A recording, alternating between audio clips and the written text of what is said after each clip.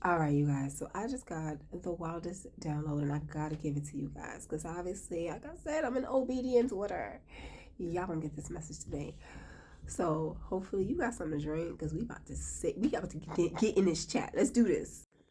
All right. So during my meditation, I was channeling very heavy energy on understanding that the bridge between admiration and sexuality are not supposed to touch.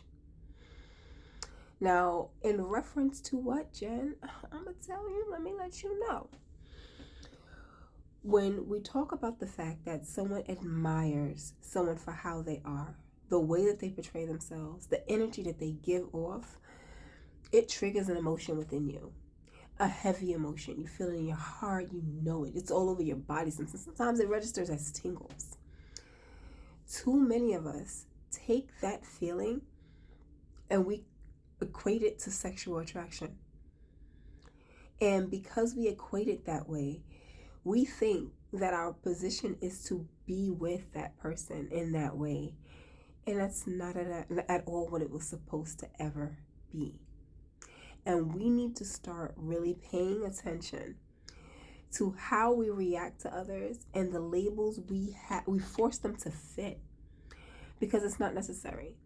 This is how we got to the point where many of us have decided that we are in love with the same sex, or we are transgender. We don't feel the way that we are. It's because we've allowed the line between admiration for another to blur into sexuality.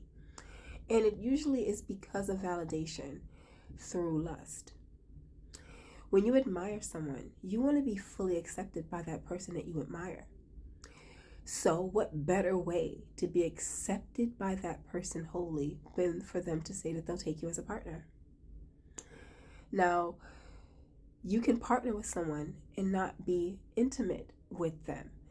And because a lot of us think that admiration turns into intimacy, turns into sexuality, this is where a lot of us are going wrong.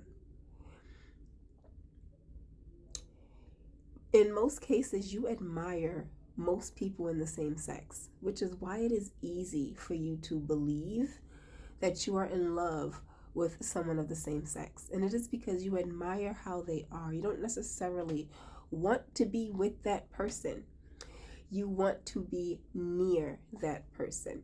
You want to even be like that person. But the problem we're dealing with these days is that we're allowing the use of sexuality to blur these lines, y'all. This is where the issue is. Your genitalia ain't got nothing to do with the fact that you admire someone. Ain't got nothing to do with the fact that you like how someone operates, or even that you want to be like them. It has nothing to do with it. Those are lower nature, lower urges, and in most cases, it is the spirit of lust using your sacral energy, using your solar plexus energy to gain access to your lifestyle. When you are controlled by that, it is easy to lose yourself and not know where you belong. And belonging is a whole factor, because you belong wherever you belong. You don't have to be anything. You don't have to label yourself as anything. And this is where the issue comes from. We as a human race feel like everything needs to be defined to the T. They don't need to be. They don't need to be. When I meet someone, I don't care about who their partners are, and no one should actually care about it. That should not even matter. As a matter of fact, you shouldn't know whether or not you're attracted to men or women, because sex is not something that needs to be used to create a bond with a person. It is possible to be in a relationship with someone and not have sexual intercourse with that person. It is possible to be in a long-standing commitment with someone and it not cross that threshold.